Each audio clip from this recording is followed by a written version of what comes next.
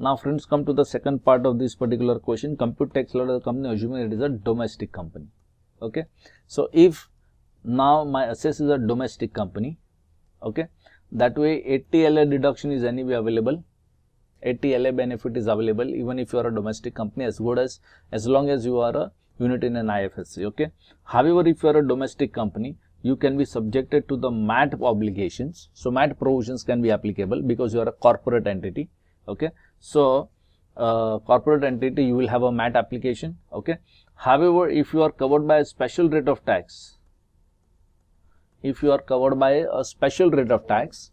okay, in that particular case the MAT provisions will not be applicable if you are opting for a special rate of tax. However, 80 LA is available even in that situation.